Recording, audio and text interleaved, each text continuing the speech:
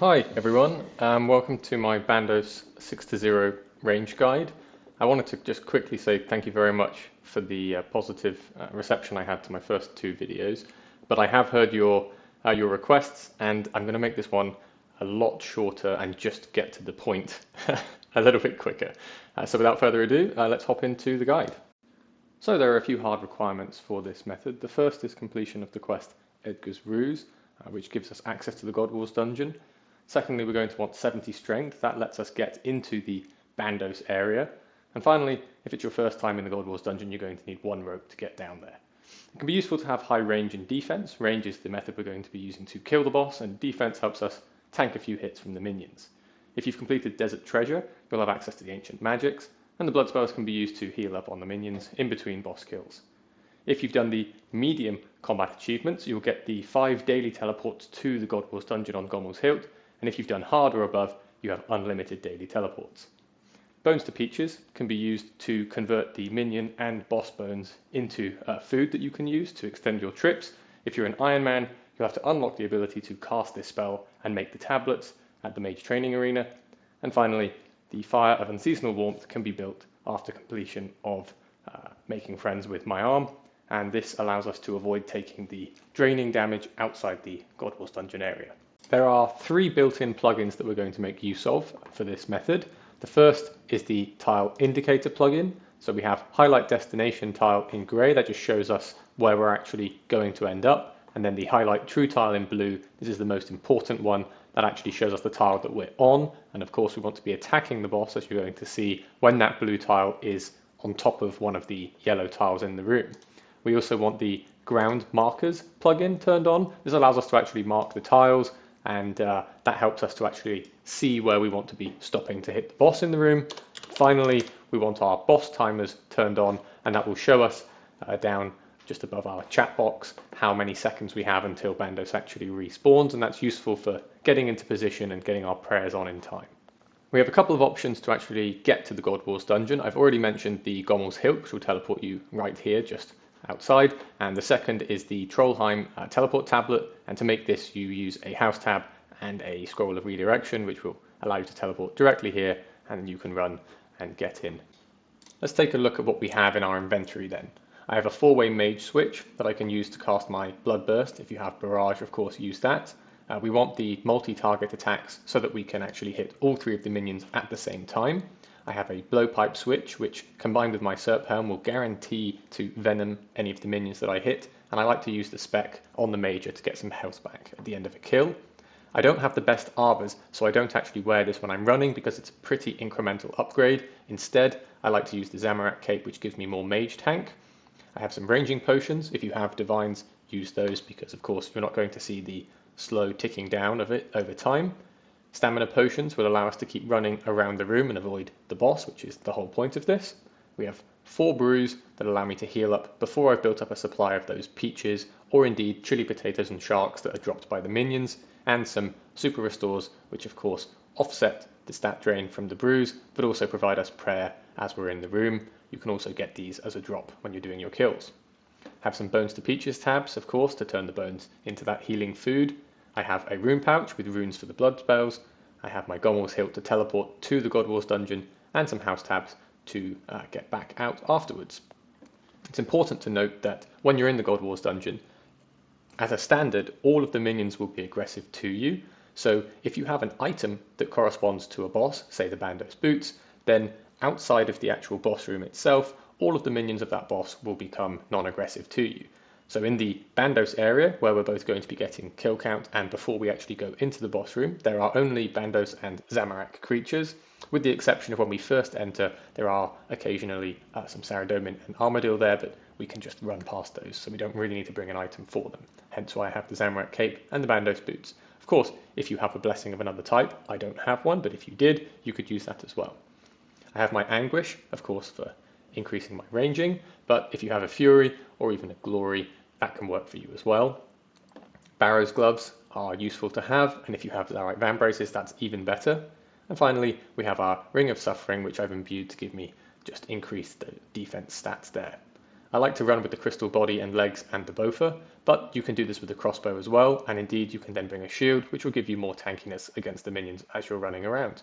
Now, this is just a setup that I'm running at the moment. You can change this around as you like. As you get used to it, you might see that you actually need less brews, perhaps more ranging potions. So this is just a baseline to show you what you would need, and then you can tweak this how you like it. So I'm outside the God Wars dungeon area. I'm going to go past this boulder here.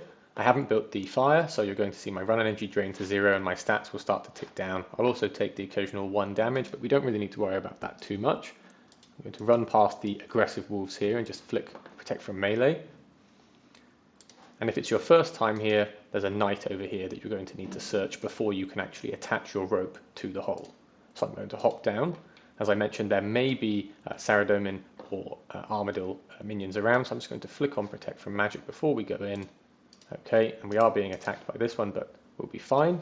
We're going to run north from the entrance, up around this wall, and we are now completely safe from any of the minions.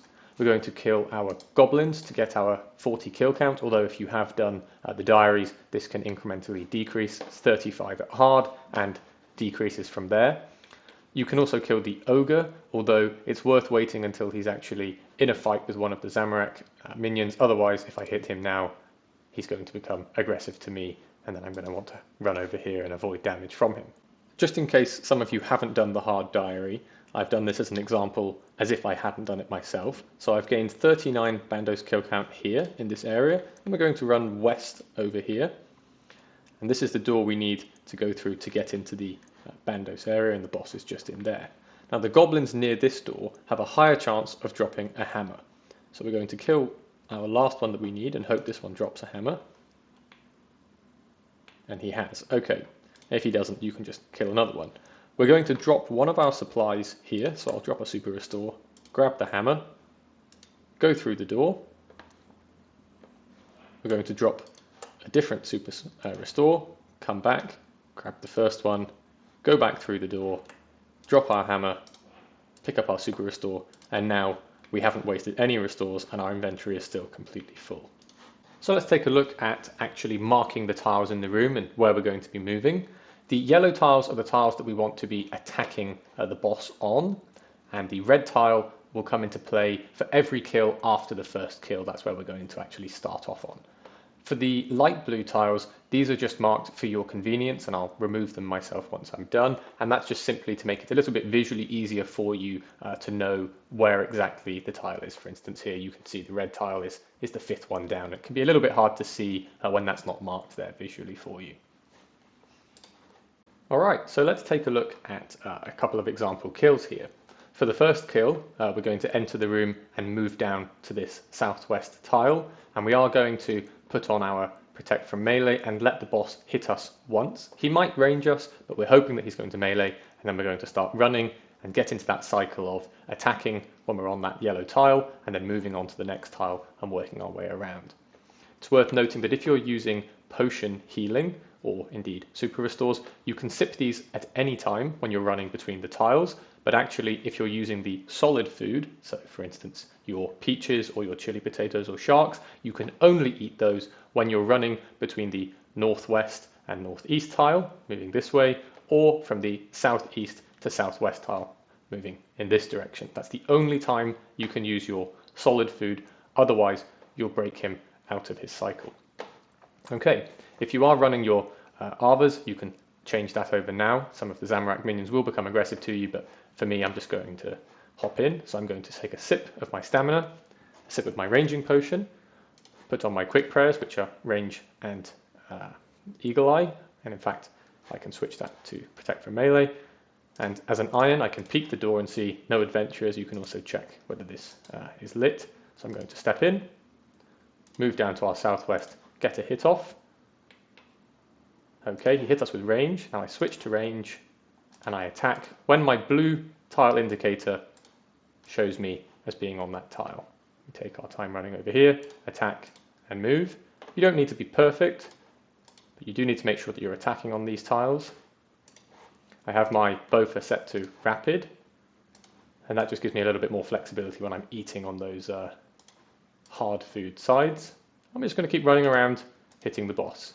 As you get more comfortable, you can look to try and prayer flick between the range and the mage minion as you go, but it's really not necessary. You'll see that we're doing a reasonable amount of damage here. Just going to keep moving around. Now you'll see here that the mage and the range minion have moved a couple of tiles apart, so what we're going to do once the boss is down is we're going to try and pull the melee minion so that he's in between those two there. I've taken a bit of damage here, so what I am going to do is take a sip of brew, and just to demonstrate, I'll do that here to show that you can do it anywhere. Take a sip of my brew. Of course now my mage is decreased, so I will be more likely to take hits from the major, but that's okay. And I'll take a third sip, and then we'll restore back up and get our range boosted again. So we just want to make sure that we keep moving around and we're attacking when that blue goes onto the yellow and then click off again.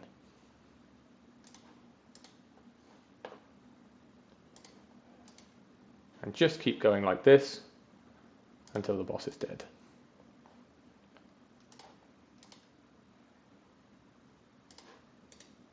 Okay, and I think that should be it. Okay, now I'm going to switch to my blowpipe and my arbors, and I'm going to spec the major, get some health back, and then I'm going to move up here, switch into my mage gear, and you'll see I've pulled them all together here. And now they are off tick slightly, but the melee area is still attacking me. So what you can do is flick between the range and the melee, put on our mage prey, and I'll show you now that we can actually try and get them all off ticked together. There we go. So just by running away, and now I can just switch between them, and I take no damage, and I'm just healing up. There we go. And as one of them is dead, I'm now just going to prioritize the ranger as he's weaker to mage. Hopefully get healed up to full here.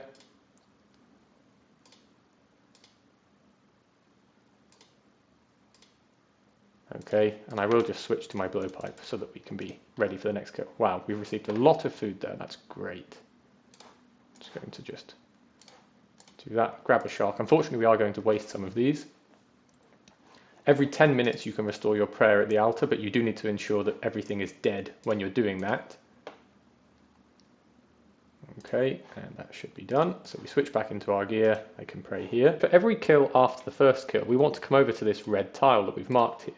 We can use our boss respawn timer. We put on our protect from range. We wait for him to spawn, and we wait for him to turn and start to walk towards us, and then we click down to this yellow tile here. Should note that we don't attack him when we're on the red tile. We wait for him to spawn, give him a moment to start to walk towards us, and then we run down to the yellow corner, hit him there, and then we're completely into cycle. There are two different ways Bandos can spawn. He can either spawn facing towards the west side, in which case you'll see him clearly turn towards you because you're going to be on the south side and then start to walk, or he can spawn already facing the south side. It's a little bit more challenging to visually get the timing right when he's facing to the south, but you really just need to remember that he spawns, you just take a second, and then you start running. And then you're in cycle again. So here, I've just got myself out of time. I've taken a hit from the boss, and in fact, I'm going to let him hit me again, just for the purpose of showing how you get back into cycle again. So he hit me there. I'm just going to get back in and keep running again. Take a sip of my stamina. You need to remember to keep your run energy high. And then he's sliding down into the wall and we're back in cycle again. And that's really all there is to it. I hope you get as spooned here as I did. Don't be put off if you find that you are taking hits from the boss or struggling a little bit at the start to get into the cycle or get those high kill trips. It just takes a bit of getting used to. So just keep at it. You'll definitely get there eventually. Good luck.